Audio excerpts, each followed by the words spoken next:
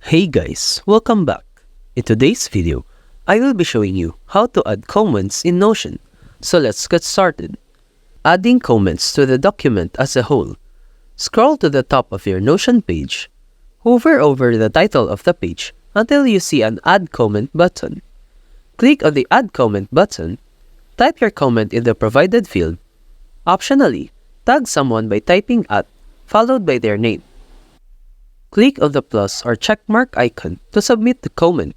Resolving a comment. If the issue mentioned in the comment is addressed, click on the resolve icon to mark it as resolved. Adding inline comments, specific to a line. Highlight the line or text where you want to add a comment. Select comment from the context menu. Type your comment in the provided field. Type your comment in the provided field.